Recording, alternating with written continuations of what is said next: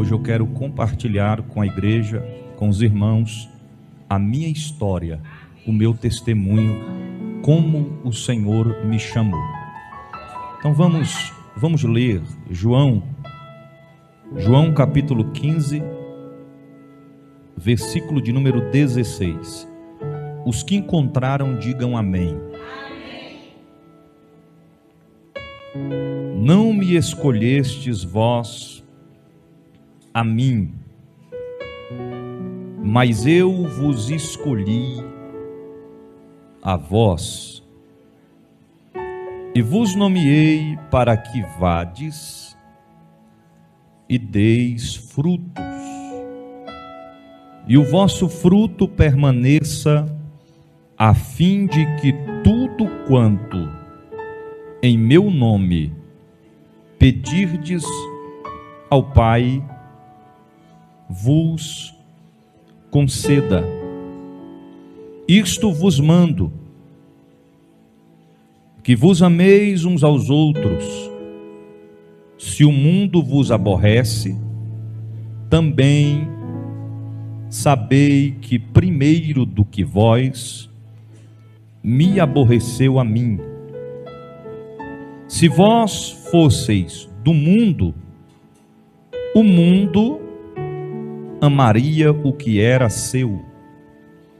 Mas porque não sois do mundo, antes eu vos escolhi do mundo, por isso é que o mundo vos aborrece.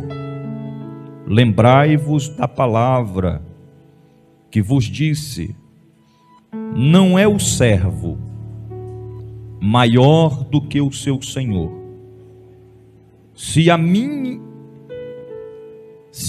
me perseguiram, também vos perseguirão a vós.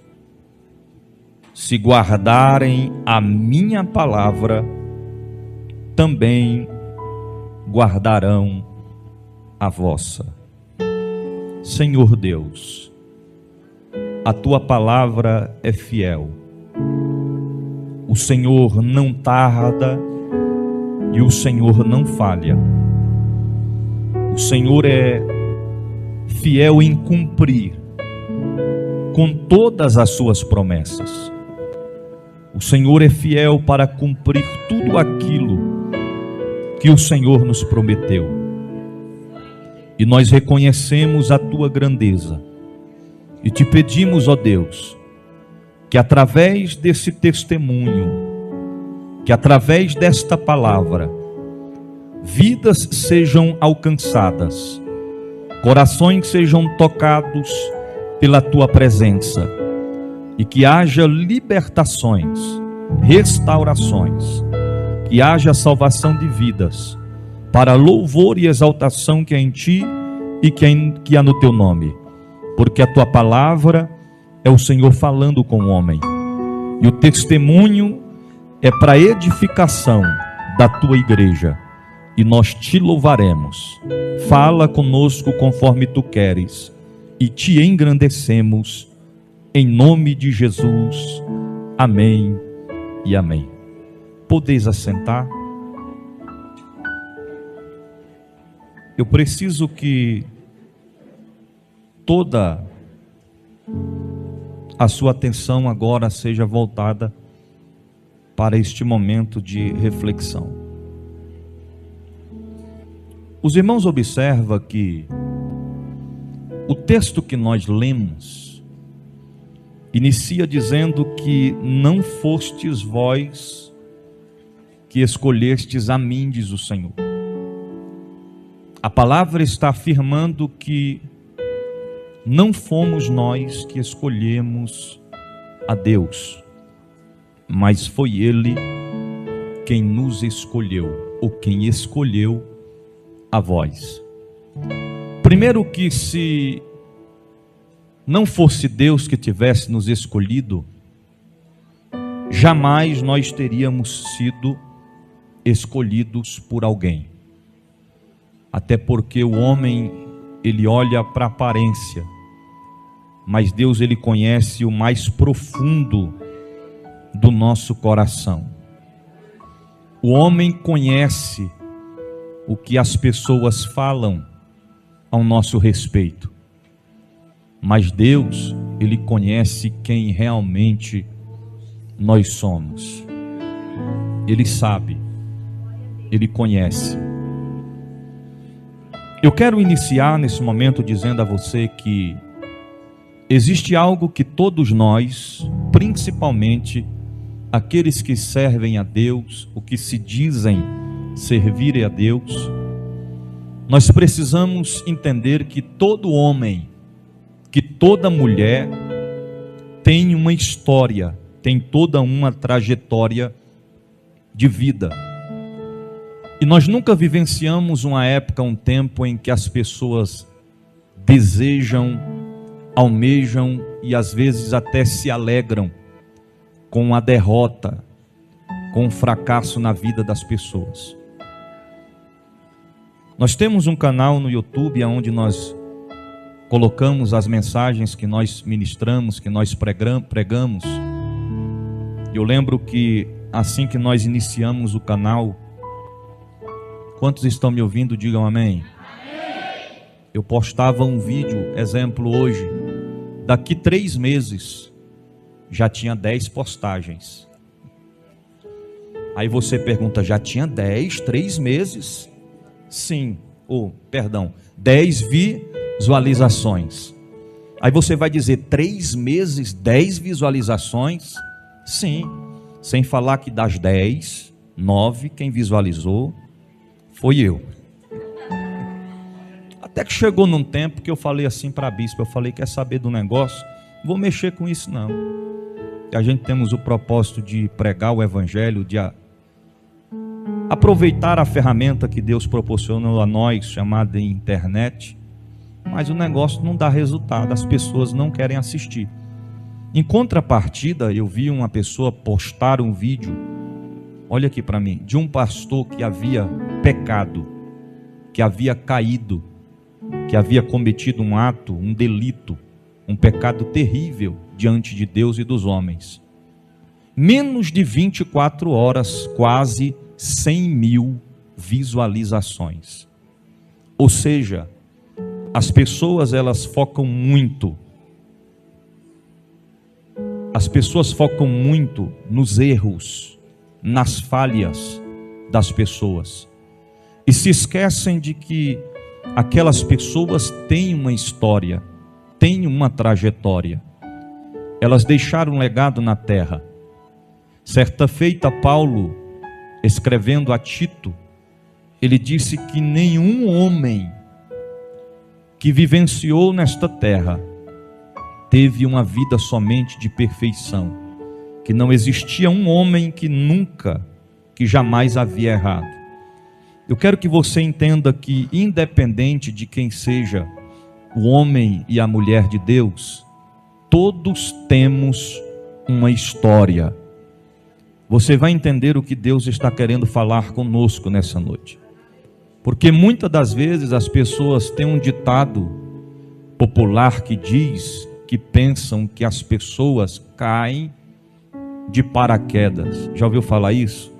Ou seja, pensa que a pessoa, do nada ela começou, ela está ali, mas não sabe o que a pessoa enfrentou para chegar aonde ela está. Então eu já quero iniciar te convidando a ser profeta de Deus e diga para quem está perto de você, nós precisamos respeitar a história do nosso irmão e da nossa irmã. Olha aqui para mim. Há 36 anos atrás, eu nasci em um berço cristão, filho de pastor. Eu fui o 4º componente da família, do casal a nascer. Primeiro nasceu minha irmã Márcia, esposa do pastor Fernando. Depois nasceu a minha irmã Jaqueline. Depois nasceu a minha irmã Mércia. E aí meu pai, por muito perseverar, ansiava ter um filho homem, nasceu Joabe de Melo. Nós crescemos, irmãos, dentro da igreja. Eu fui um garoto que com cerca de 8, 9 anos de idade, quando meu pai ia pregar fora, eu acompanhava ele, e quando era para vigílias, eu ficava dentro do carro. Quando o sono batia, meu pai me colocava dentro do carro e passava a noite inteira na vigília. Eu fui uma criança que convivi e presenciei várias vezes meu pai chegar do plano piloto por volta das 6 horas da tarde e ir na chácara do irmão Valdomiro pegar um cavalo emprestado para ir pregar o evangelho, fazer a obra missionária no Vale das Andorinhas, setor de chácaras do Pedregal. Por várias vezes vi meu pai sair debaixo de chuva em cima de um cavalo, com apenas um plástico por cima do terno e a Bíblia simples dentro do pacote ou do saco de arroz.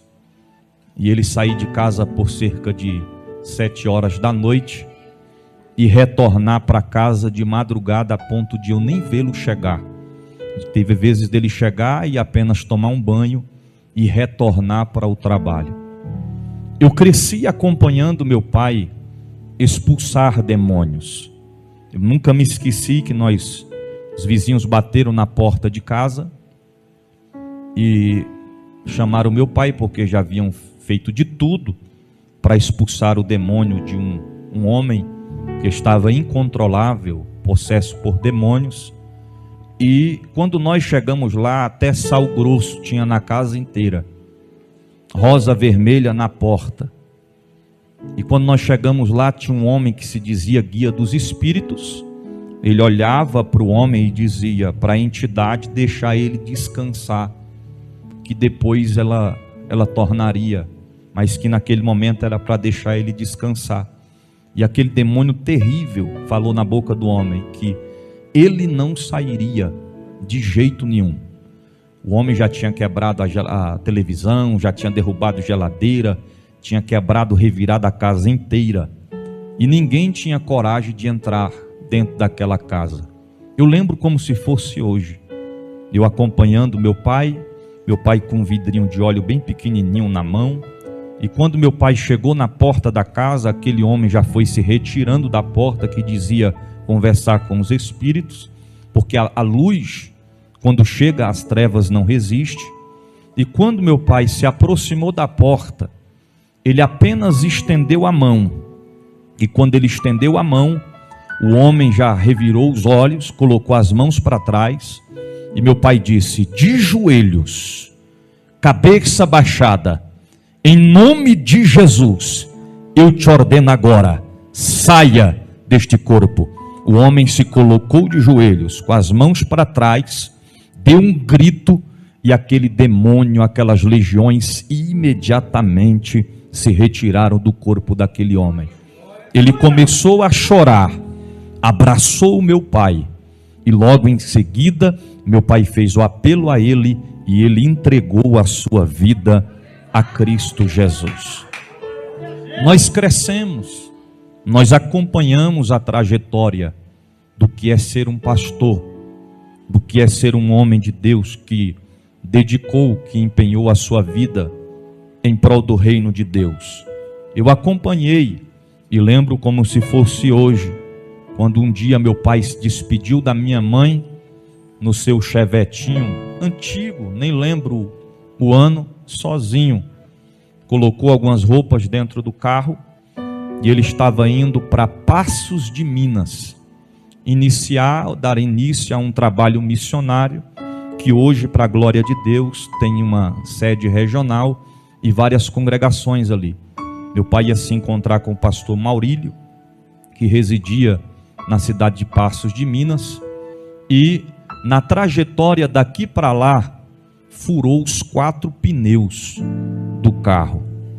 Quando ele, não foi os 4 de uma vez, viu, irmão? Furou um, foi lá, colocou step, mas na frente furou outro, alguém socorreu ele.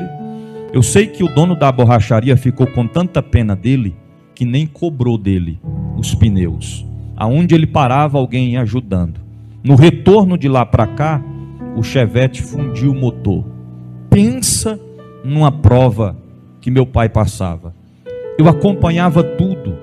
Eu via de perto o que era a vida de um homem e de uma mulher de Deus. Meus pais se empenharam em fazer a obra do Senhor Jesus. Os tempos foram se passando, e quando eu completei os meus 13, entre 12 para 13 anos de idade, eu comecei a despertar uma curiosidade dentro de mim. Quando eu saía na porta da minha casa e eu observava aquela galera, olha aqui, irmãos, aquele grupo de homens que tinham costume de se drogar, que tinham costume de andar armado. E quando um dia eu fiquei observando aquilo, missionária Terezinha, começou a despertar em mim uma sede, uma vontade, um desejo de começar a andar com eles, de começar a vivenciar uma vida como aqueles homens estavam vivendo. A ponto de eu olhar e pensar, esses caras são muito doidos. Eu acho que deve ser muito difícil se enturmar para andar juntamente com eles.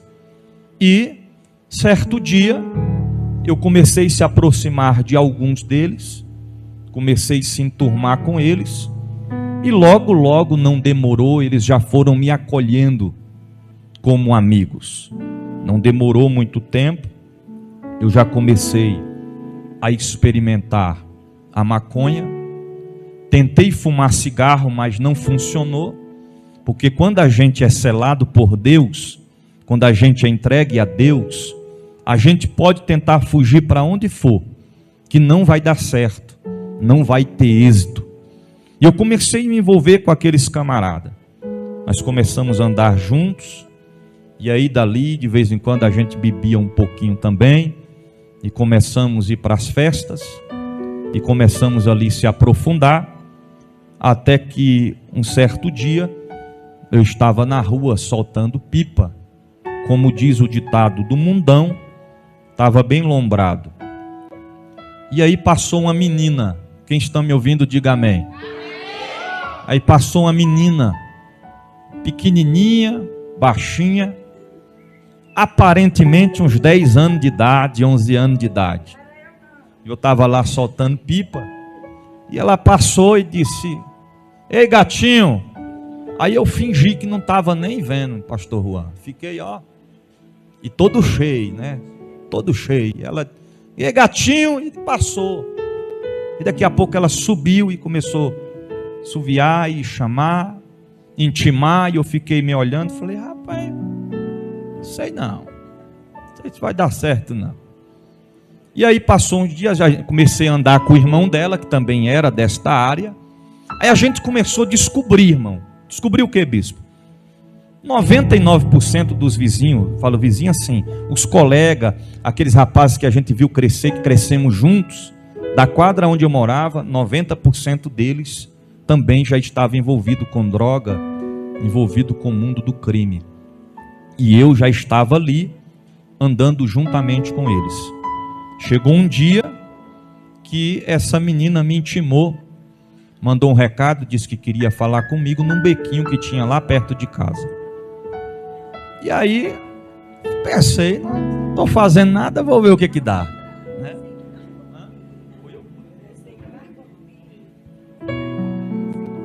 Ela está dizendo aqui que foi eu que marquei com ela. Ela só foi mais à frente. E aí a gente se encontrou nesse bequinho, e aí chegamos lá, ela olhou para mim, eu olhei para ela, e aí ela já não deu mole, né? Já foi, deu logo um beijo em mim. Falei, rapaz, essa baixinha é ousada, rapaz. Porque geralmente você conversa e tal, quando chegou já, e aí foi. E aí já me deu um beijo. Depois de deu o beijo, aí olhou para mim e disse, e aí, quer namorar comigo, gatinho? Falei, ok, eu quero. Então me dá mais outro beijo, tome-lhe beijo. E pronto, fui para casa. Irmão, quem está olhando minha esposa hoje não sabe como é que era. Bermudão, andava de bermudão, de ciclone, era sandália Kenner, aquelas envergadinhas na ponta, parecia uma malandrinha. E aí quando eu saí do bequinho, assim, era acho que a segunda casa do lado da minha casa, e quando eu fui para passar no portão, a minha irmã Jaqueline olhou assim, e aí viu ela saindo do bequinho e se balançando assim, né? Aí eu entrei para dentro, aí minha irmã foi olhar e disse para minha mãe: mãe, Joab estava com a malandrinha ali de baixo. E saiu do bequinho ali, ó, da casa da dona Raimunda. Aí minha mãe falou: tu estava com a malandrinha? Eu falei: eu não, sabendo disso não. Os tempos foram se passando, a gente começou a namorar, começamos a compartilhar vários momentos. E, irmãos, eu fui me aprofundando no negócio com os camaradas. E o que mais me incentivou também foi um dia que um amigo que a gente tem, que se chama Carlos, inclusive hoje, para a glória de Deus, ele é pastor. Mas na época ele era o pastor da malandragem. O pastor Leandro conhece. Só na casa dele ele tinha uns 5 revólveres, só ele. O garoto era guloso pelas coisas do mundo, sabe? E um dia ele olhou para mim assim e falou assim: Joab. Eu falei: o que foi, rapaz? Irmão, se fosse no dia de hoje, ele diria assim: assim te diz eu. Mas ele olhou e falou: Joab. Me olhou dos pés da cabeça. Eu falei: o que foi? Ele falou: rapaz, tu tem jeito de bandido, viu?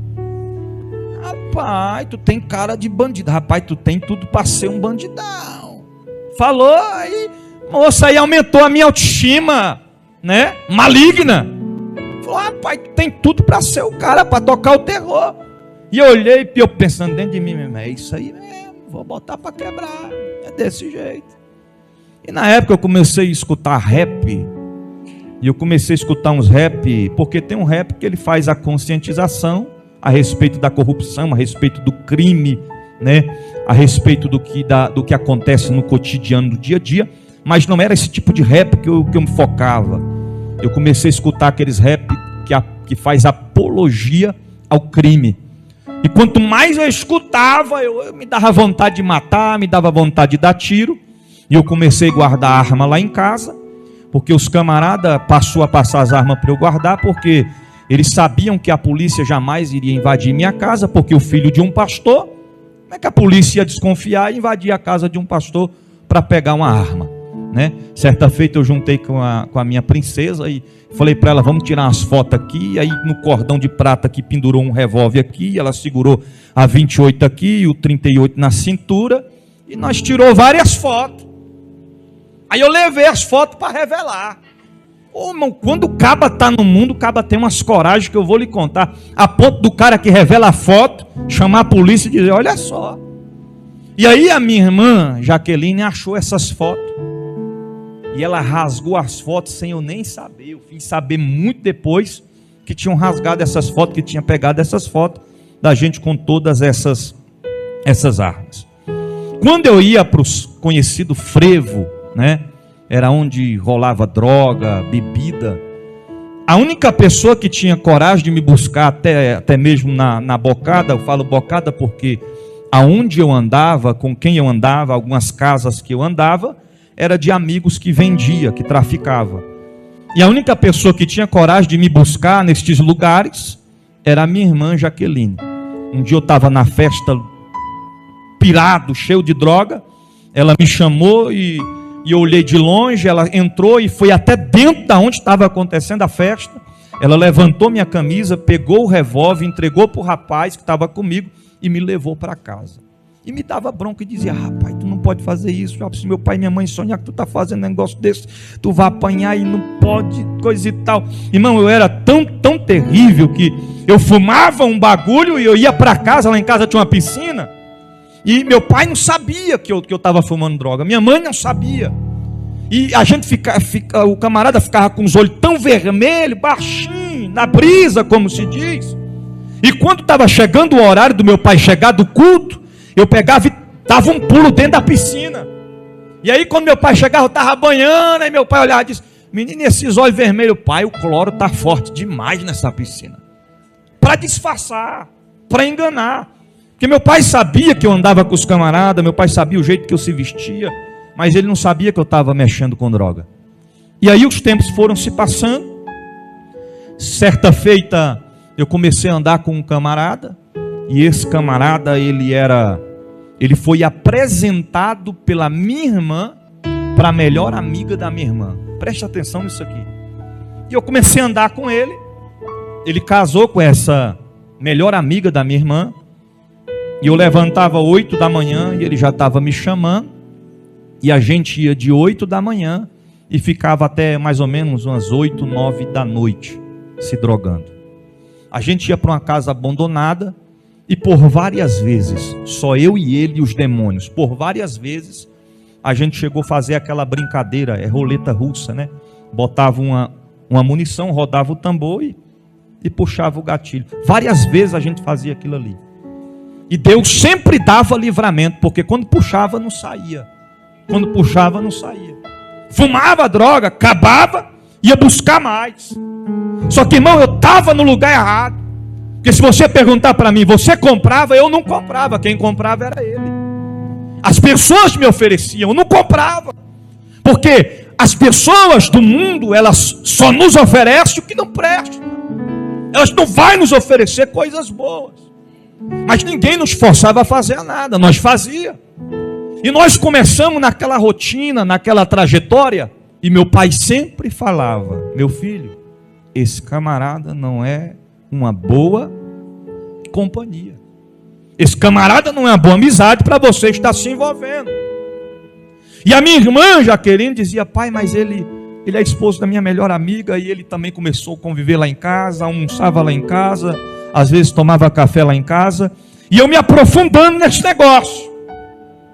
Aí chegou um dia que eu fui para a casa da minha princesa e eu estava louco e ela pegou e falou assim para mim: eu quero conversar com você. E a gente sentamos para conversar. E ela falou: eu quero te dizer que a partir de hoje você decide. Eu falei: o quê? Ou o bagulho ou eu. Ou a droga ou eu. Aí eu não sou besta, né, irmão? Que o que tem de homem que troca a esposa por um bagulho, troca a família por um copo de cachaça, abre mão dos seus sonhos, dos seus projetos, para se aprofundar nas drogas, na bebida, na prostituição. Naquele momento, mesmo sendo um garoto sem experiência de vida, eu disse para ela: então eu escolho você. E eu decidi que a partir daquele momento eu não ia me drogar mais. Os tempos foram se passando e a gente devido a essa trajetória do namoro, quando a minha princesa completou, foi 13 anos. Quando ela completou 13 anos, eu estava com 14 para 15, ela engravidou. E nessa gravidez, né, o Senhor nos deu um presente chamado Nicole de Mello. Bem gordinha, coisa mais linda. Primeira vez que eu vi no hospital, chupando a mãozinha, os dedinhos com fome, aquela cabecinha de paraibana achatadinha. Aleluia. Aí Deus começou a trabalhar.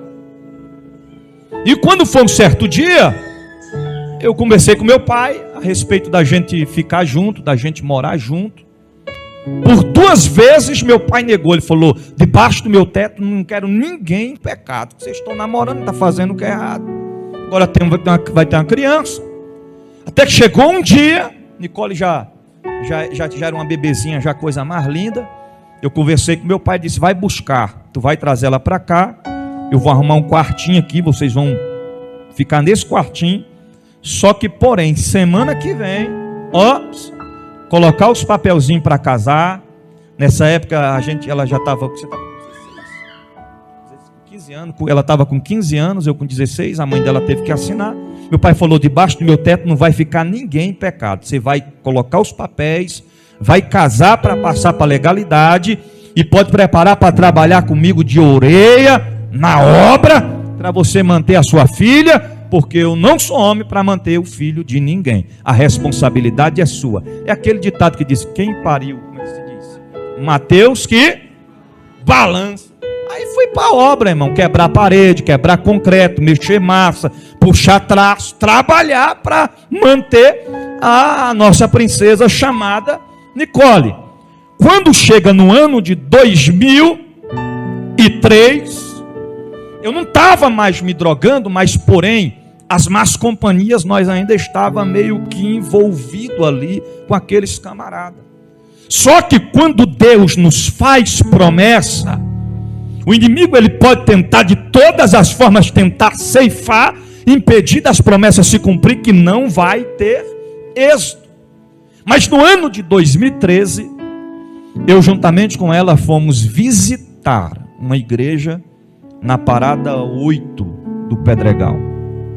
Eu lembro que quando eu estava me arrumando, me preparando, naquele momento, eu vi a minha irmã Jaqueline. Era um dia de domingo, e aquele domingo se comemorava o Dia das Mães. E de repente o telefone tocou. E aí quando ela atendeu o telefone, um pouco nervosa, ela disse: tá bom, tá, eu vou, já chega aí. E minha mãe perguntou: quem era Jaqueline? Ela disse: é fulano de tal. Era o camarada que andava comigo e era esposo da melhor amiga dela. Quantos estão me ouvindo? Diga amém. Era domingo do dia das mães. No próximo sábado, no sábado vindouro, a minha irmã estava com o casamento marcado. Ela já tinha a casa toda mobiliada, tudo pronto, tudo arrumadinho, esperando chegar o dia do casamento. E este camarada que telefonou para ela, que era esposo da melhor amiga dela, havia se apaixonado pela minha irmã. E ninguém sabia, nem eu sabia. E naquele dia ele tinha ido em um bar se embriagar, e ele foi em 3 bocadas, porque eu fiquei sabendo depois. Comprou muita droga para se drogar, e ele disse na porta do bar: se a filha do pastor não for minha, ela não vai ser de mais ninguém. E ele disse: o casamento está chegando, mas não vai acontecer, porque se ela não for minha, ela não vai ser de mais ninguém.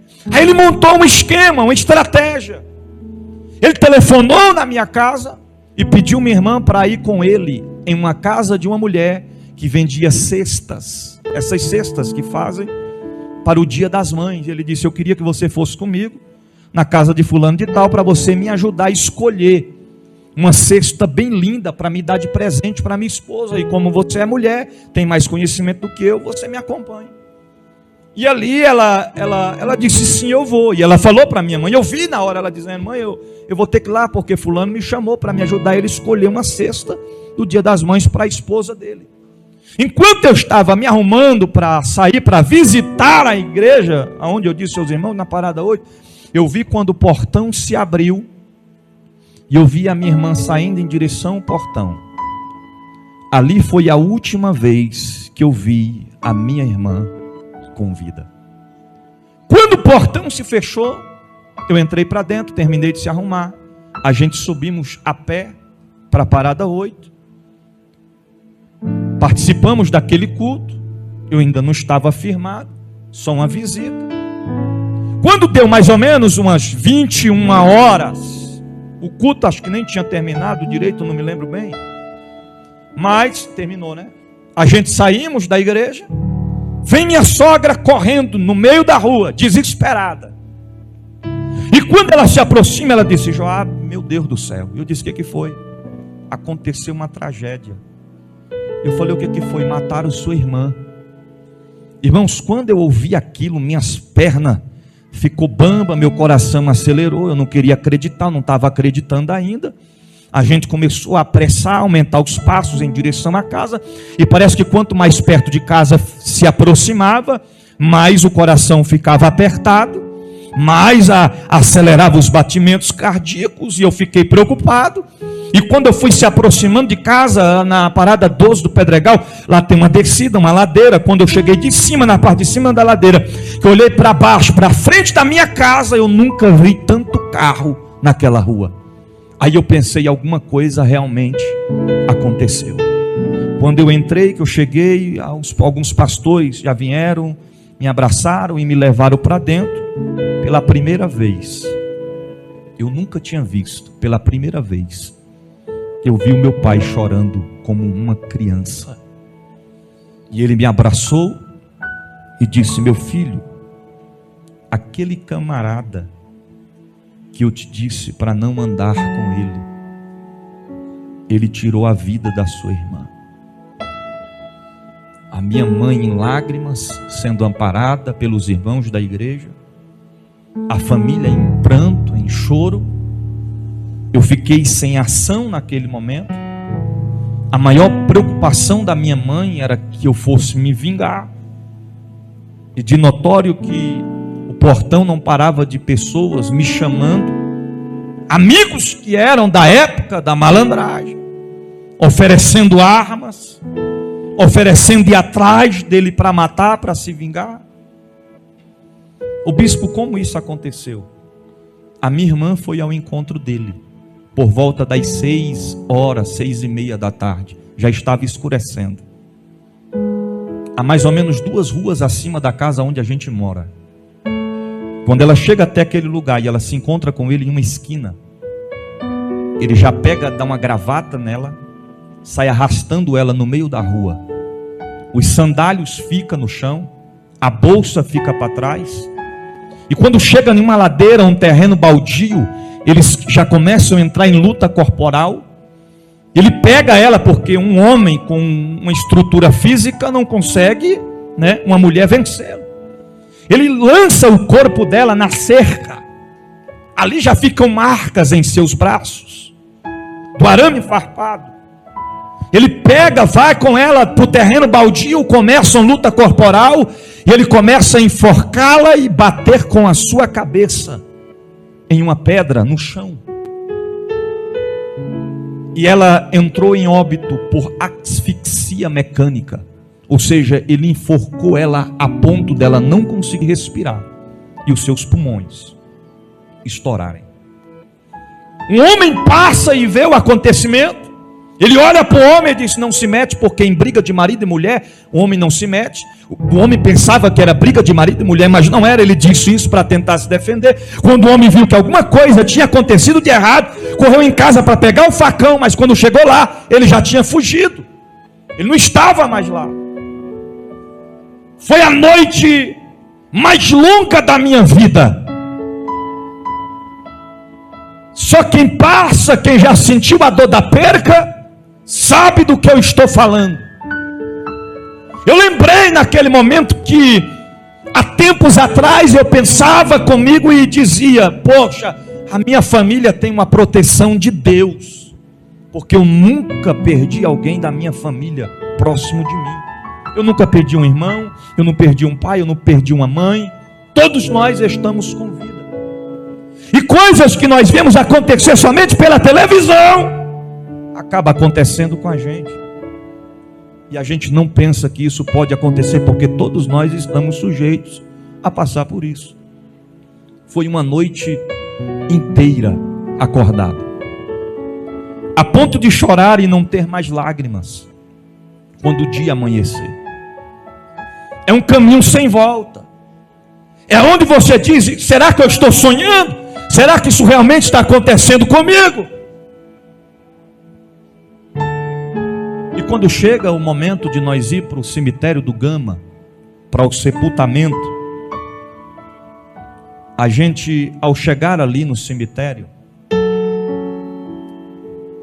ficamos de frente à capela, acho que de número 2, e eu e a minha esposa do meu lado. Eu olhei para dentro da capela, tinha 2 coroas de flores em memória. De frente à capela, já bem próximo assim, dava para ver aonde estava a cova. Era bem próximo. E quando o carro da funerária chegou, da Bom Pastor, uma Santana, é Santana quanto, né, que se diz? Aquele carro foi se aproximando, o coração foi apertando cada vez mais. Os pastores se aproximaram, um pega numa alça, o outro pega na outra, e eles começaram a tirar o caixão de dentro daquele carro. É um dos momentos terríveis que eu não desejo para ninguém passar. Mas foi da hora que o caixão saiu de dentro do carro, que eu escutei uma voz suave, uma voz incomparável a qualquer voz que você já ouviu na terra e que você pode imaginar na lógica humana. E aquela voz falou assim no meu ouvido: meu filho. Eu olhei, pensei que era alguém que estava falando, mas a voz era incomparável. Eu disse: isso não é voz de uma pessoa normal. Será que eu estou ficando louco? E ele disse novamente: meu filho, olha para trás. E quando eu me virei, eu olhei e visualizei aquelas coroas de flor em memória. E ele disse: agora, meu filho, olha lá na frente. E ele me focou na onde estava a cova. E ele falou: está vendo aquela cova, meu filho? E eu balancei a cabeça confirmando. E ele disse: meu filho, olha o caixão. E o caixão foi passando na minha frente. E ele disse: está vendo o caixão? E eu disse: sim. Ele falou: meu filho, aquelas coroas de flor em memória, aquela cova que está lá na frente, esse caixão não era para ela, era para você. Porém tu não estavas preparado, tu não estavas pronto. Colhi a minha flor do meu jardim para poupar a tua alma. A partir de hoje tu nunca mais será o mesmo. Eu farei de ti um pregador, um pastor de ovelhas. Arabau,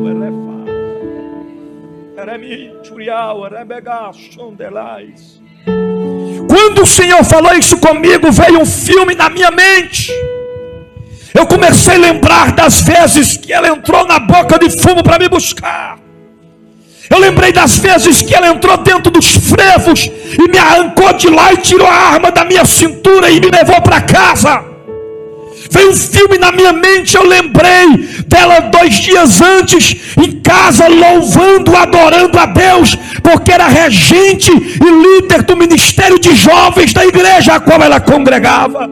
Ela estava na melhor fase espiritual de sua vida. Ela estava na melhor fase que uma mulher pode ter de intimidade, de comunhão para com Deus, porque Deus sabe trabalhar.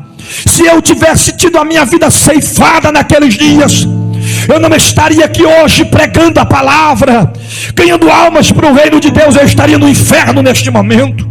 Mas Deus nunca perde, irmão.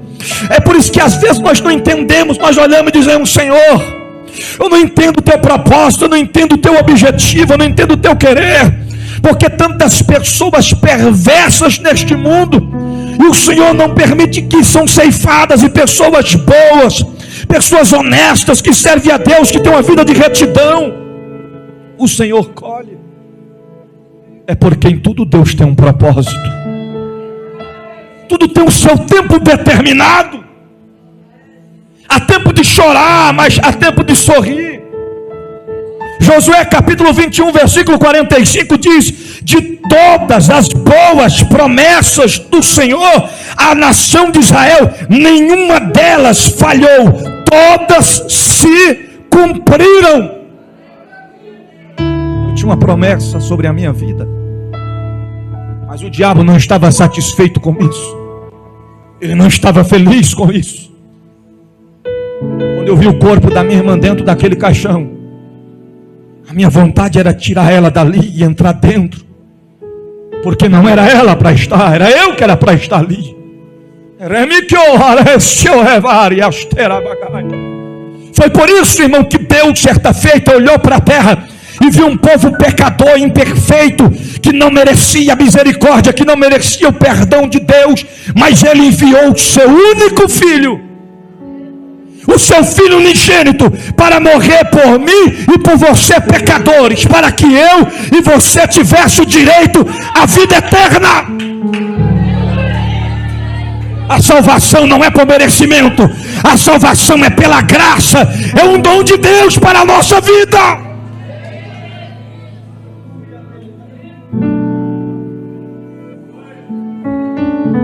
O momento mais difícil, acompanhar o sepultamento de alguém, ainda mais doente, tão próximo, é quando você vê o caixão descendo. É onde cai a ficha e você entende que aquilo é realidade.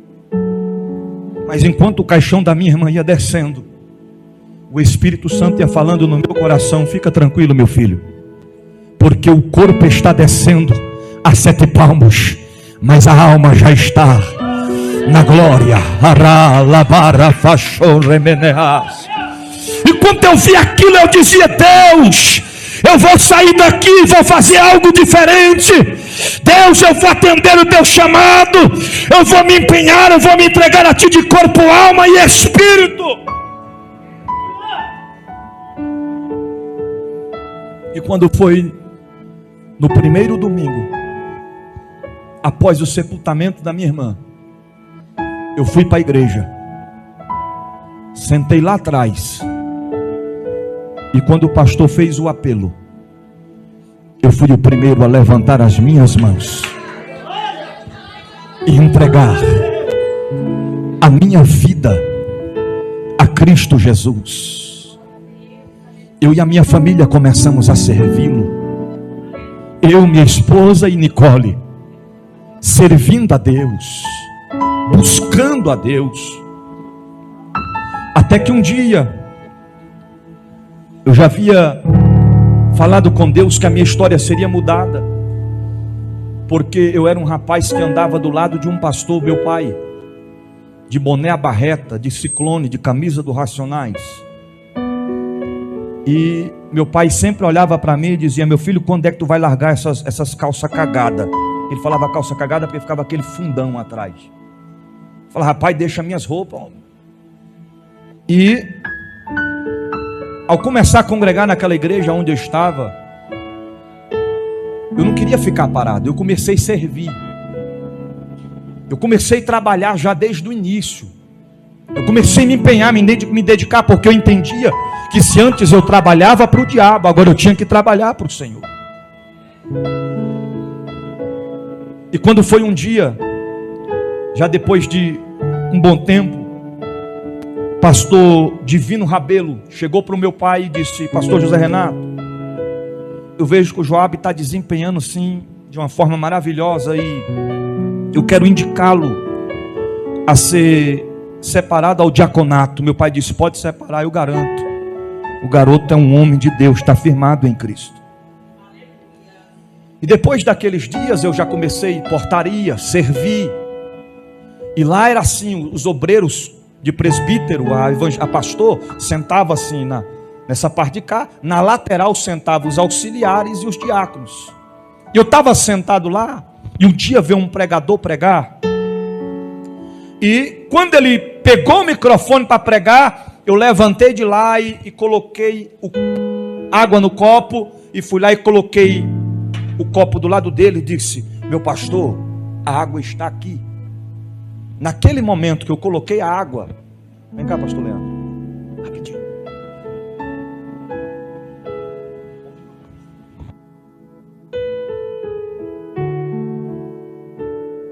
Quando eu coloquei a água para ele, coloca água. Tipifica eu. Você tipifica eu, aqui é o pastor. Vem. Coloquei a água para ele, ele fez assim comigo, irmãos, ó. Mateus 10, 42. Ok, pode voltar. Quando eu escutei aquilo, é isso? Quando eu escutei aquilo, eu voltei, sentei, mas eu fiquei tão assustado Porque nunca ninguém tinha me dito aquilo, ainda mais daquela forma, que eu fiquei pensando, será que esse caba está querendo dizer que eu fiz alguma coisa errada, moço? Mateus 10, 42. E o medo de abrir a Bíblia e ele ver que eu estou lá olhando? Era ele pregando e eu olhando para ele, esperando uma oportunidade que ele se virasse, pastor Francisco, para me olhar rapidinho. E fiquei curioso. Quando terminou o culto, aí eu peguei a Bíblia e abri e fui ler o que dizia. Aí estava escrito assim: e qualquer que tiver dado só que seja um copo de água fria a um destes pequenos, em nome de discípulo, em verdade vos digo que de modo algum perderá o seu galardão. Pegou? Quando eu vi aquilo ali, eu disse: opa, a partir de hoje, todos galardão é meu.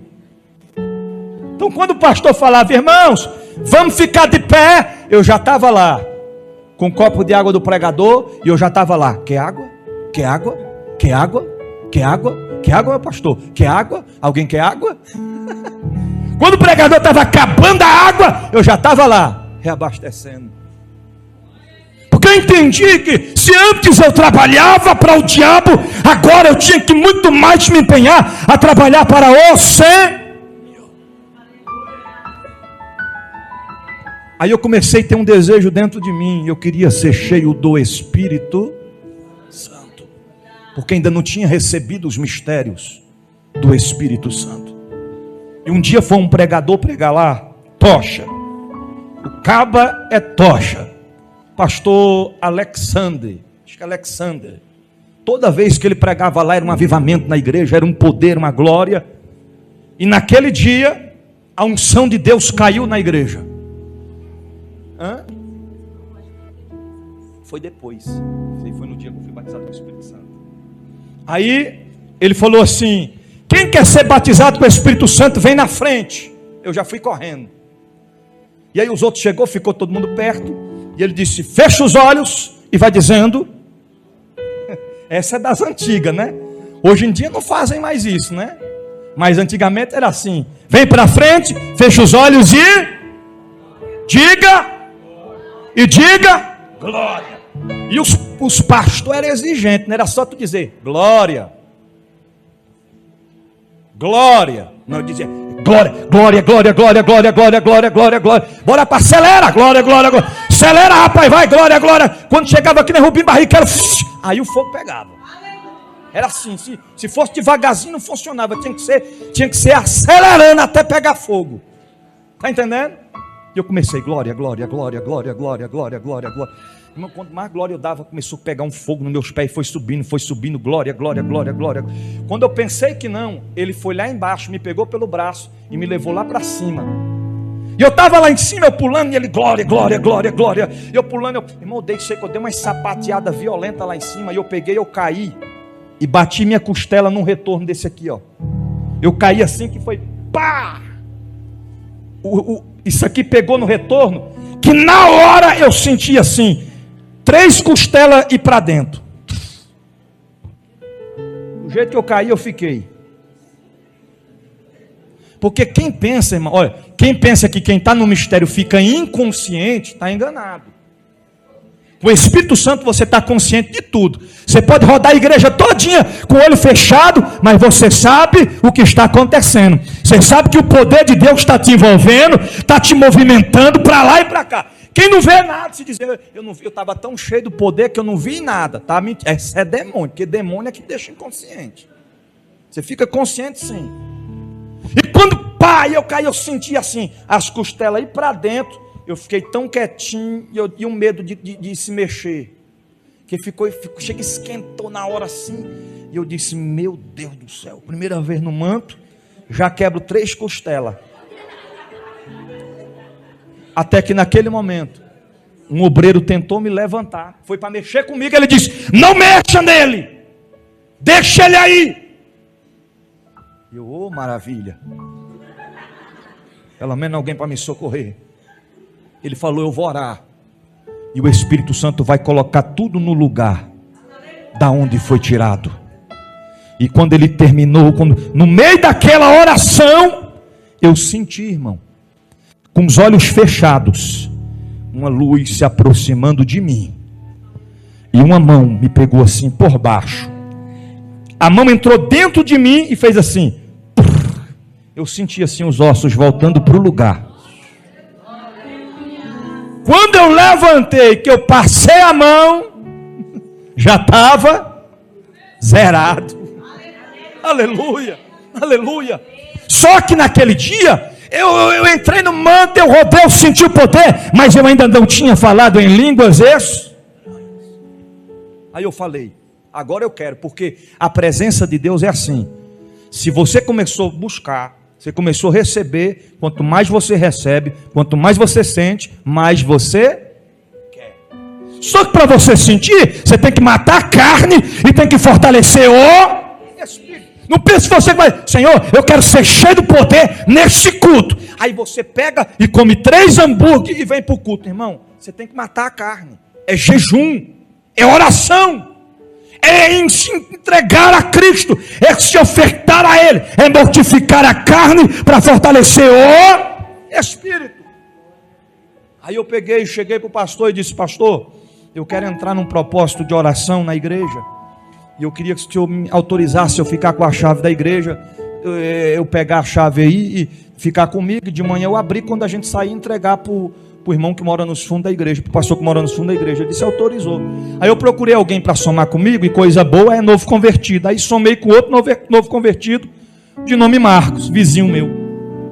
Vamos entrar no propósito, Marcos? Ele disse, estamos juntos. Quantos dias?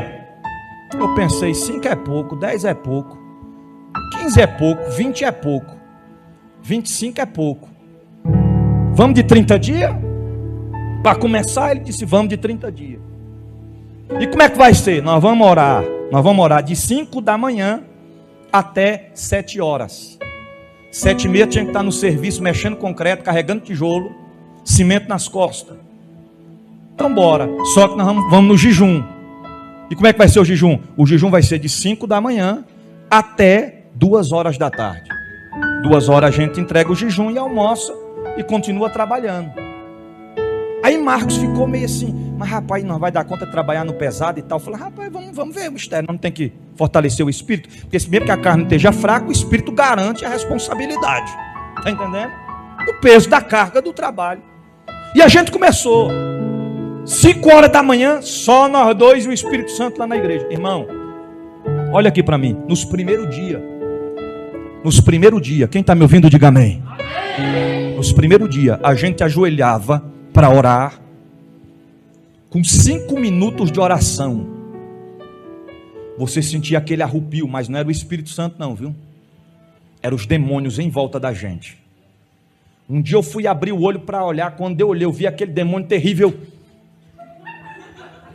Aí que eu fiquei crente, irmão, aí que eu comecei a orar, e aí eu comecei a repreender, aí que o cabo ponto, aí você fica mais crente ainda. Aí depois daquele dia eu falei, quer saber de uma coisa? Eu não oro mais com o olho fechado, ou com o olho aberto, só com o olho fechado. Porque mesmo que eles vierem, não estou nem aí. E foi indo, 1, 2, 3, 4, 5, 10, 15, 20, 25. Porque daquele dia que eu senti o poder, depois passou, não senti mais. E eu queria sentir a presença. E a minha oração não era outras. Espírito Santo me enche. Espírito Santo, eu quero ser cheio. Aí eu comecei a ler o livro do Benihim, a experiência que ele teve com o Espírito Santo. Eu falei, eu quero ter essa experiência para mim. Aí eu comecei a ler o livro da Rebecca Brown, em batalha espiritual. Eu falei, Senhor, eu quero guerrear desse mesmo jeito, eu quero receber esses mistérios aqui, tudinho. Fomos buscando. Quando chegou no dia do fechamento do propósito, quem está me ouvindo, diga amém. A gente sentou assim de lado, sentadinho lá quietinho. O culto estava acontecendo e eu comecei a sentir um frio que não tinha frio porque estava calor. E eu comecei, rapaz, mas que frio. Rapaz, que frio. E eu perguntei para ele, está com frio? Ele disse, misericórdia, moço, eu estou morrendo de calor. Eu perguntei, está com frio? Ele disse, rapaz, que calor terrível. Eu disse, rapaz, está errado. Esse negócio não está certo. Eu botava a mão assim, estava pegando fogo. E eu lá me tremendo todinho, eu me segurando, e aquele negócio todo, até que chegou num ponto que os obreiros viram que parecia que eu estava passando mal, me pegaram, levaram lá para fora, levaram lá para trás, para a parte de trás da igreja, me sentaram lá, e eu fiquei lá, com aquele frio todo, e não passava, e coisa e tal. Peguei e fui para casa. Não, então vai para casa, ele deve estar passando mal, tomar um remédio, fui para casa. Beleza. Cheguei em casa, foi passando, passou. No outro culto, estou sentado lá, e começou o frio de novo, e foi apertando, e foi ficando descontrolado. Aí a minha irmã viu de longe, a Mércia ficou preocupada, falou, não, vamos levar ele no hospital, porque com certeza está passando mal, não é certo? Aí pegaram, me levaram lá para trás novamente, me sentaram lá no banquinho, fiquei sentadinho lá no banquinho, e o frio aumentando, e eu comecei a se tremer, e tremi os pés, e tremi as pernas, e tremi as mãos, eu me tremendo todinho. Aí eles olhou e os obreiros falaram, o negócio está feio, vamos levar ele para o hospital. Quando eles iam me levantar para levar para o hospital, o pastor que morava nos fundos da casa, foi lá atrás, e disse, o que está acontecendo? Está passando mal, está se tremendo todinho, não para de se tremer, vamos ter que levar ele no hospital. Ele disse, larga ele, não leve ele para o hospital, porque eu sei que mistério é esse, eu sei o que está acontecendo com ele. Ele disse, o que rapaz, o que está acontecendo? Rapaz, isso aqui é todo dia, 5 horas da manhã, eu só escuto os gritos dentro da igreja, orando, em jejum e oração. Isso não é enfermidade, isso é o poder do Espírito Santo. Quando ele fechou a boca, eu dei um pulo e comecei a falar em mistério, em línguas estranhas, e adorar o Deus da Bíblia.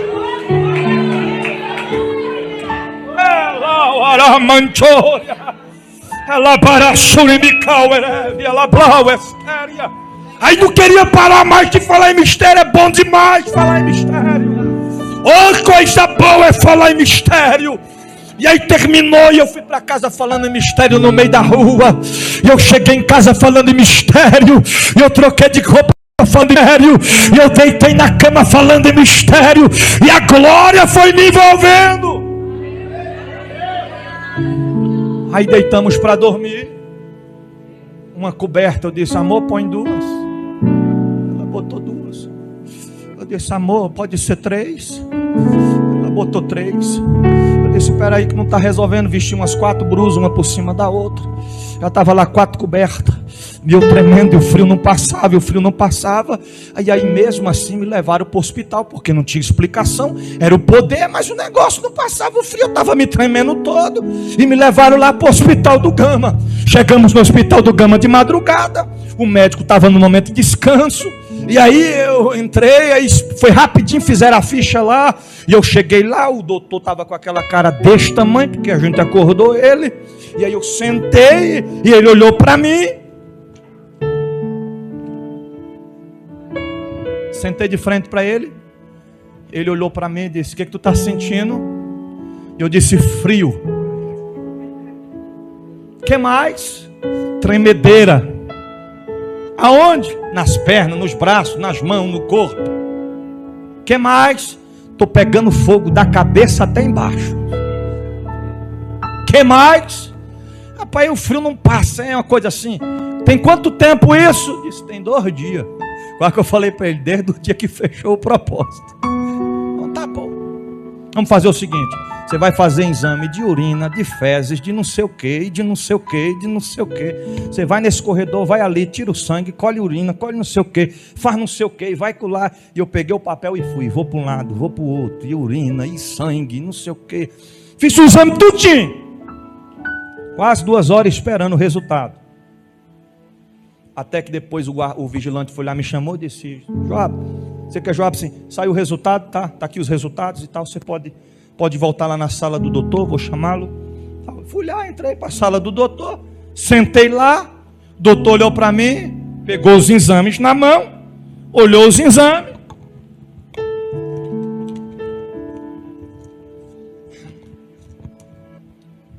Rapaz, seu caso é sério.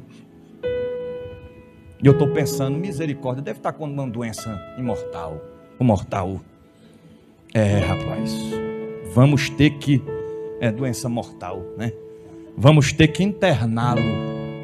E eu pensei, misericórdia, logo agora que eu estou cheio do manto, estou doido para aproveitar os mistérios, para dar umas sapateadas, para falar línguas estranhas, para ir para o culto, para ir para o monte, para ir para a vigília. O caba quer me trancar aqui dentro. Pois é, rapaz. Mas fazer o quê, né? Falei, doutor, mas o que eu tenho? Ele disse, rapaz, segundo os exames aqui, você não tem nada. Mas eu falei, eu vou ficar internado por quê se você não tem nada? Vai ficar em observação para a gente ver. Está se tremendo agora? Eu disse, não, agora eu não estou não. Está sentindo frio agora? Eu não estou não. Está quente? Estou frio e gelado. Rapaz, mas mesmo assim nós vamos ter que te internar. Você pega essa guia aqui, vá nesse corredor, no final do corredor você pega a esquerda, e aí a doutora que está lá, a enfermeira que está lá vai fazer os procedimentos. Você vai ficar internado essa semana para a gente estar te observando. Eu disse, ok, doutor, me dê o papel. Quando eu peguei o papel que eu saí da sala, eu falei, Espírito Santo, me perdoe, papai, mas um caba fugitivo hoje sou eu. Cheguei lá, o vigilante, o que foi, rapaz? Eu vou ali fora, já eu volto. Eu disse, tá com a guia aí? Tô com a guia aqui. Fica com a guia aí, eu vou ali e já volto. Então tá bom, não demore não, viu? Tá esperando eu até hoje lá. Fui para casa, porque eu entendi que aquilo era a presença de Deus. Aí os tempos foram se passando. Quem está me ouvindo, diga amém, para a gente finalizar. Aí eu comecei a pregar a palavra, Deus começou a me usar, eu comecei a fazer a obra de Deus, comecei a ganhar almas para Cristo. Aí eu acho que o diabo olhou e pensou consigo mesmo, eu fiz de tudo para matar esse camarada, não consegui matar ele, eu fiz de tudo para parar ele, não consegui parar ele, mas agora eu pego ele. Aí a gente tinha de costume, eu já vou concluir, irmão, 15 minutinhos.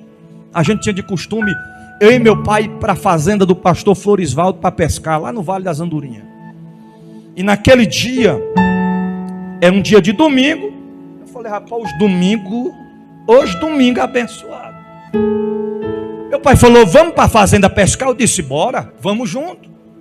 Entramos no meu carro, a gente, no caminho, ligamos para o pastor, e ele disse, olha, eu estou na feira, trabalhando na feira, eu vou chegar em torno de umas 2 horas da tarde, mas minha esposa está lá, o caseiro está lá, vocês chegam lá e avisa para ela preparar o almoço, que quando eu chegar eu levo o que está faltando, e aí vocês nesse momento descem para a lagoa para pescar, é o horário que eu vou chegar na hora do almoço, a gente se encontra e almoça junto. Ok, chegamos lá na fazenda, a irmã nos recebeu muito bem, tal, entregamos, levamos pão para ela e tal, e falamos o que o pastor falou, e aí a gente vamos para a lagoa e a gente volta 2 horas para almoçar junto. Ok, a gente foi para pescar, pescamos, pegamos com a arnada.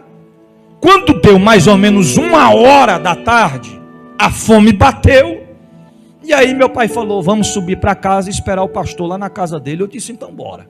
Entrei no cadetão, mas meu pai, a gente foi.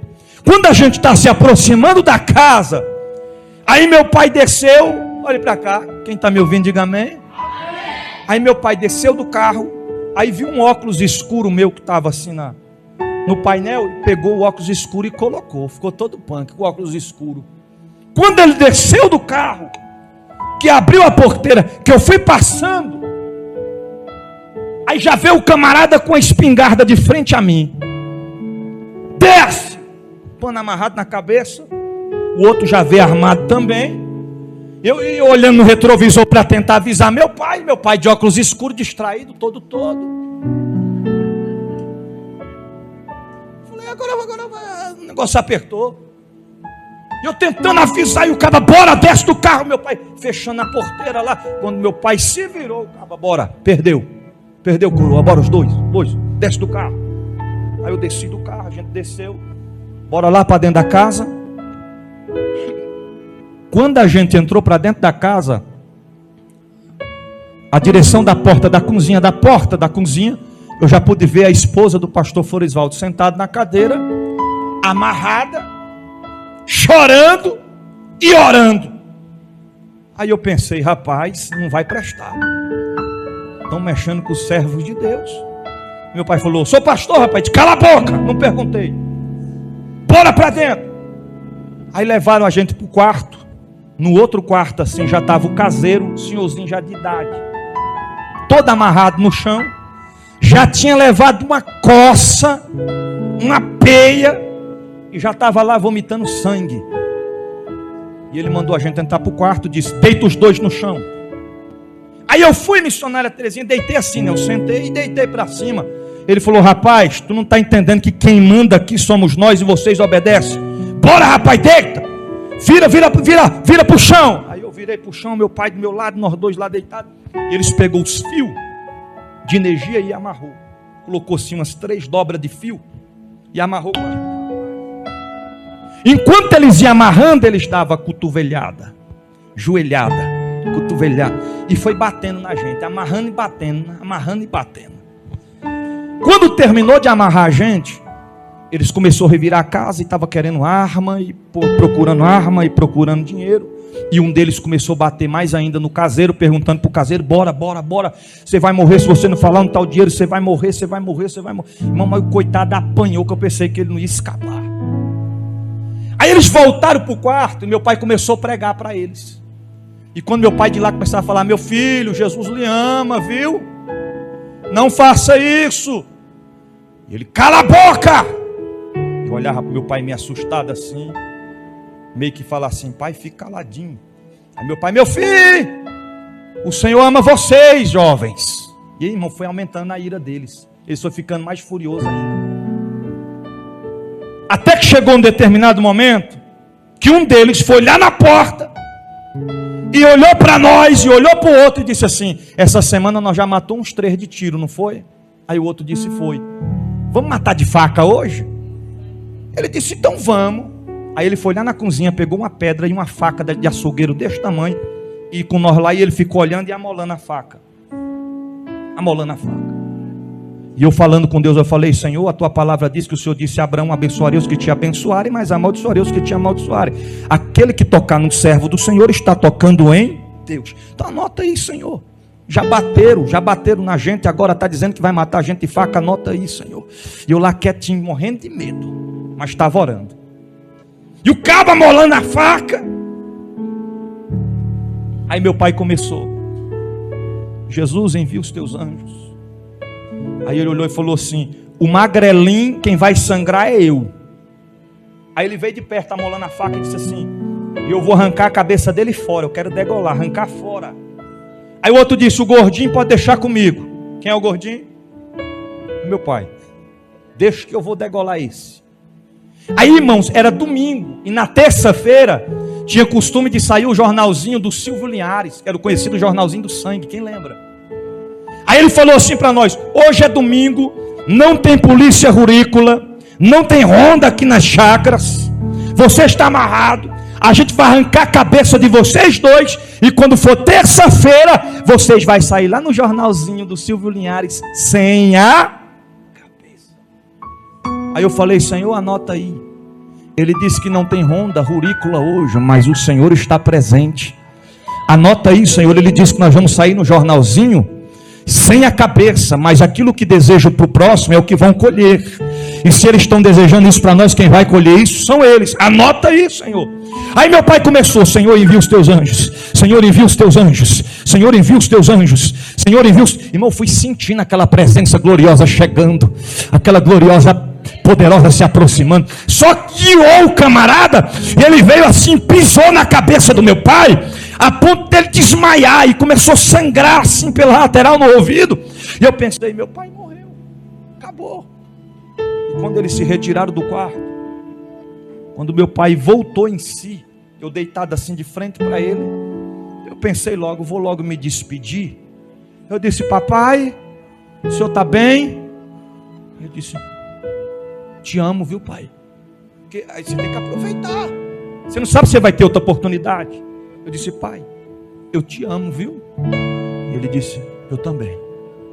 Aí os bandidos pegaram e vieram e falaram assim: ó, nós vamos ali levar as coisas e nós vamos voltar. Se vocês tentar se mexer, a gente volta e mata vocês dois. Ok. Colocaram todas as coisas no carro deram partida. Quando o carro saiu, aí meu pai começou de novo: Senhor, envia os teus anjos.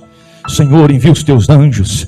Eu senti quando aquela comitiva angelical foi se aproximando, quando a presença do grande, onipotente Deus foi se aproximando. Eu nunca vi o que eu vi nítido aos meus olhos naquele dia. O que, bispo? Meu pai quebrou aqueles fios das mãos, como se estivesse quebrando linhas de costura. Quando ele quebrou os fios da mão, ele desamarrou os pés, foi lá, desamarrou a irmã, me desamarrou, e foi nós quatro. Para onde? Carreira para dentro da mata. Carreira para dentro da mata. E a irmã foi ficando para trás, meu pai e a irmã, e eu volto e pego a irmã, meu irmão, e ela devagarzinho: irmã, corre, irmã, nós vamos morrer, corre. Conclusão, vou concluir. A gente corremos até uma fazenda vizinha. Quando chegamos na fazenda vizinha, fomos recebidos, muito bem recebidos, com 2 doses de repetição na nossa cara.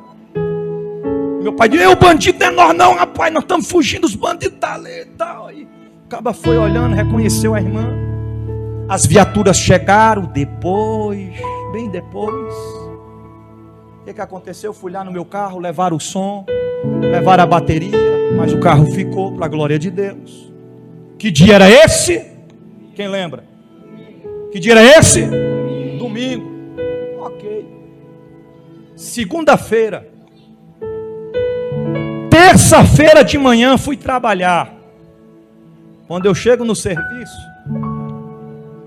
o porteiro que ficava na entrada do depósito ficava com o radinho ligado. Quem está me ouvindo, diga amém. Amém. Aí quando eu passei, que eu passei o crachá, que eu passei para entrar, eu escutei assim no jornalzinho: nesta tarde de segunda-feira, era terça, mas já na segunda. Está entendendo? Nessa tarde de segunda-feira, foi encontrado no setor de chácaras do Pedregal um indivíduo que estava cometendo vários assaltos em chácaras, e ele foi encontrado sem a cabeça, degolado. Quando eu escutei aquilo, eu parei e pensei: não pode ser. Porque, irmão, eu não desejei o mal para eles, mas ai daquele que mexe com o servo de Deus. Quando eu trabalhei o dia todo. Quando eu saí do serviço, para onde eu fui? Para a banca de revista. Cheguei lá, eu disse: tem um jornalzinho do sangue? O caba disse: tem. Comprei o jornalzinho. Na primeira folha do jornalzinho, quem estava lá? Quem estava lá? O bandido, com a mesma bermuda, com a mesma camisa, com a mesma cabeça, só que fora do corpo. O Espírito Santo falou comigo: isto é para te mostrar que todas as promessas que eu te fiz, nenhuma delas perderam a validade. Porque quando eu disse que eu te usaria para pregar a minha palavra, pastorear o meu rebanho, eu te garanti que você só é arrancado desta terra no dia que eu te chamar. Ezequiel 36:26 diz: darei a vocês um coração novo, e porei um espírito novo em vocês, e tirarei de vós o coração de pedra, e em troca darei um coração de carne. Foi o que aconteceu comigo. Deus tirou o coração de pedra e colocou o coração de carne. Apocalipse capítulo 21, versículo 4: e Deus limpará de seus olhos toda a lágrima, e não haverá mais morte, e não haverá mais pranto, e não haverá clamor, e não haverá dor, porque já as primeiras coisas são foram passadas. Ou seja, se o Deus da Bíblia colheu a minha irmã para poupar a minha vida, não é sinal de que nós perdemos. Por quê? Porque vai chegar um dia que Deus vai enxugar dos nossos olhos toda a lágrima. Não vai ter morte, não vai ter pranto, não vai ter dor, vai ser só a alegria, e nós vamos nos encontrar lá na glória com eles.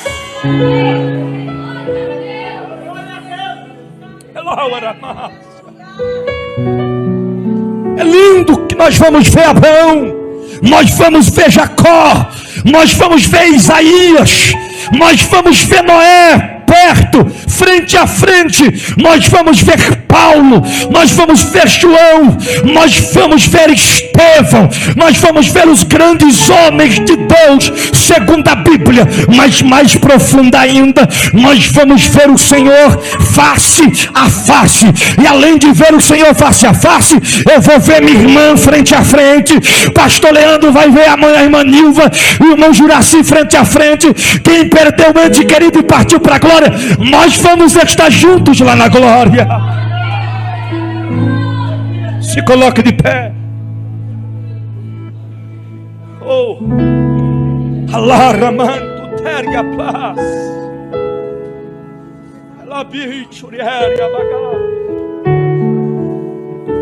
Eu quero concluir dizendo para vocês: servir a Deus não é fácil, é um desafio. Os maiores levantes, as maiores perseguições, as maiores afrontas, as maiores decepções, eu vivenciei a partir do dia que eu iniciei o meu chamado. Porque servir a Deus é um convite para a guerra, e não é uma guerra para adquirir uns bens materiais, mas é uma guerra travada pela nossa própria alma. Não foi fácil chegar até aqui. Tem momentos que a gente pensa em parar, que a gente pensa em desistir, mas nós não podemos desistir, nós não podemos recuar, nós não podemos parar. Agora permite-me por quê? Mais forte, diga por quê, bispo? Olhe para cá. Porque eu sou coluna. Diga para quem está perto de você: você é coluna. Diga assim para ele: você não pode parar. Olha aqui para mim, quem pensa que parar é simples, está enganado. Está enganado. Se o pai para, os filhos também acabam parando. Se o esposo para, a esposa acaba parando. Porque em certo momento vai cansar. A gente estamos dentro de um templo que tem colunas. Quem está vendo as colunas aí? A gente pode tirar essa coluna aqui? Hã? Eu acho que pode. Pode não? Lá em Fortaleza eu vi os camaradas somente quebrando uma parte da coluna. O que aconteceu? O prédio desceu. Porque uma coluna faz toda a diferença. Pare para pensar que tem pessoas que dependem, que precisam de você. Não é porque são crentes de você, não é porque se espelham, se escoram no homem, é porque você e eu, nós somos canal de Deus nessa terra. Tem pessoas que só estão aqui, só estão servindo porque Deus usou você para trazê-las. É um incentivando e motivando o outro. É colunas. Ô bispo, mas tem pessoas na minha família que ainda estão no mundo, e eu como coluna estou aqui buscando, e eles ainda não vieram. Calma! Assim como Deus fez na minha vida, assim como o Senhor me escolheu, o Senhor vai fazer algo extraordinário lá para a glória do seu santo nome. Não desista, não desista, não desista, não desista, não desista, não desista, não desista. Fecha os teus olhos. Não desista, não desista, não desista. Fecha os olhos e comece a adorar onde você estiver. Não desista, não desista, não desista. Não desista, não desista, não desista. Não desista, não desista. Não desista, não desista, não desista, não desista, não desista. Aonde você estiver, escute isso, não desista. Você que está em casa, não desista. Você que está aqui no templo, não desista. Você que está no trabalho agora, vendo esta mensagem, Deus te manda te dizer, não desista. Você que está indo, voltando para a faculdade, não desista. Ei, você que está vindo para a festa, Deus está te dizendo, não desista. Você não pode parar, você não pode desistir. Por que o Senhor está dizendo não desista tanto? Porque todos os dias, diariamente, constantemente, o diabo, a antiga serpente, chega no teu ouvido e fica dizendo, desista, desista, desista, desista, desista, desista, desista, desista. Mas o Deus da Bíblia marcou essa noite para te dizer, não desista. Você não pode parar. Comece a adorar a Ele aí. Fecha os teus olhos, aonde você estiver, comece a adorá-lo aí. Há uma glória de Deus aqui neste lugar. Se te der vontade de falar em línguas estranhas, fale mistério com teu Deus. Se te der vontade de chorar, chora na presença do onipotente Deus. Se te der vontade de correr, pular, saltar, corra, pula, salta, roda. Era bal, era candalabá. Você pode adorá-lo nesta.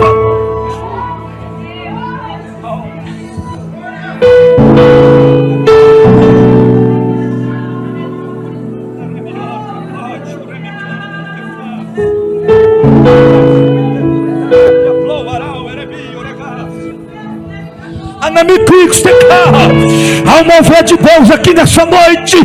O Espírito Santo te trouxe aqui para te dizer, eu fiz um plano, um projeto na vida do bispo, eu salvei ele e quero te dizer nessa noite, tem um plano na tua história, tem um plano na vida do teu esposo, tem um plano na vida da tua esposa, tem um projeto na vida dos teus filhos.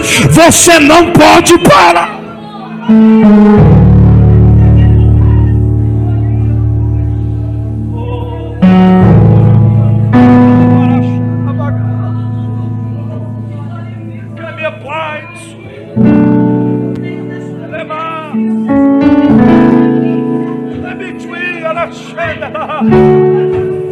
Começa a receber a presença de Deus. Começa a sentir a glória de Deus nessa noite. Vem Espírito Santo, vem Espírito Santo, vem Espírito Santo. Começa a encher, começa a renovar, começa a batizar, começa a libertar com teu poder, com teu sangue. Recebe a glória dele aí. Eu vou deixar você adorar.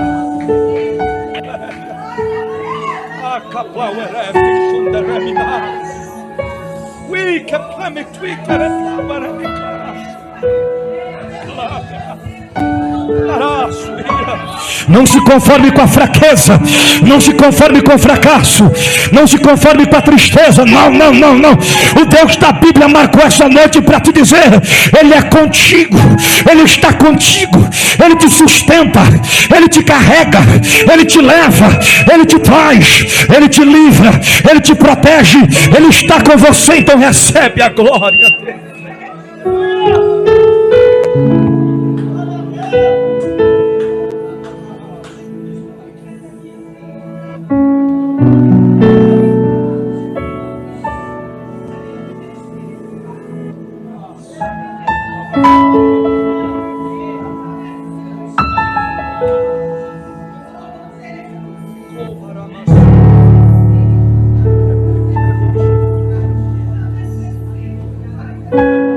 Olha aqui para mim. Eu vou terminar. Tem pessoas que olham para você no dia que você está mais fraco, no dia que você está mais acabado devido às guerras, devido às batalhas. Naquele dia que você diz assim, eu não aguento mais, eu vou parar, eu vou desistir. É neste dia. O que, bispo? É nesse dia que alguém olha para você e diz assim, ele é um campeão, ela é uma mulher de Deus, ele é um homem de Deus. Se ele não desistir, eu também não vou desistir. Porque a palavra diz, quando nós pensamos que estamos fracos, é aí que nós estamos fortes. Para finalizar, repita assim comigo: eu tomo posse das promessas de Deus sobre a minha vida. Diga: nada e nem ninguém pode nos separar do amor de Deus que é em Cristo Jesus.